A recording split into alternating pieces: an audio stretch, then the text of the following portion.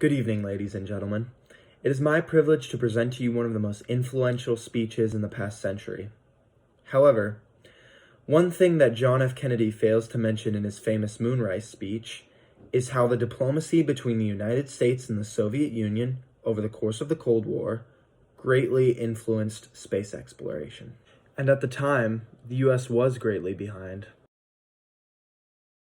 Following the invention of the atomic bomb by the US, which later prompted the arms race between the Soviet Union and the United States, and the need for more airspace to store nuclear weapons, Russia successfully launched Sputnik, the world's first artificial satellite, on October 4th, 1957.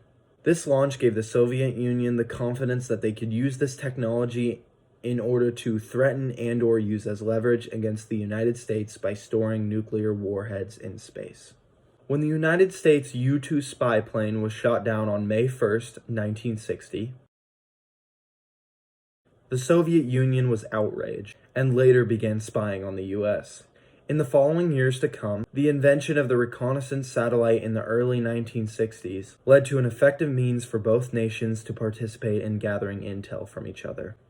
This technology could be used to have more or less permanent surveillance of the Earth, which prompted the mass production of satellites and an all-out spy war between the two nations. This resulted in the idea of expanding satellite surveillance footage beyond the atmosphere, further fueling the need for space travel.